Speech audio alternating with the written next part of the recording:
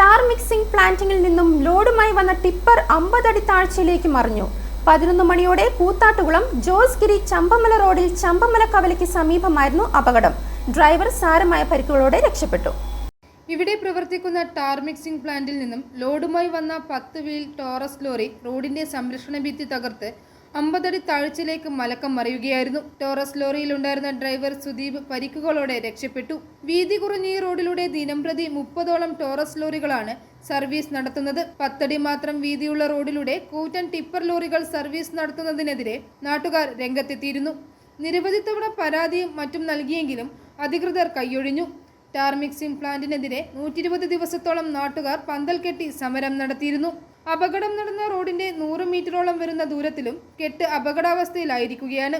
Taurus lorry മറിഞ്ഞ് സംരക്ഷണ ഭിത്തി തകർന്നതോടെ ജല അതോറിറ്റിയുടെ കുടിവെള്ള വിതരണ പൈപ്പും പമ്പിംഗ് ലൈനും പൂർണ്ണമായും തകർന്നു. കൂത്താട്ടുകുളം നഗരസഭാ ചെയർപേഴ്സൺ റെജി ജോണിന്റെ നേതൃത്വത്തിൽ കൗൺസിലർമാരായ PC ഭാസ്കരൻ, ലിസി ജോസ് എന്നിവർ സ്ഥലത്തെത്തി.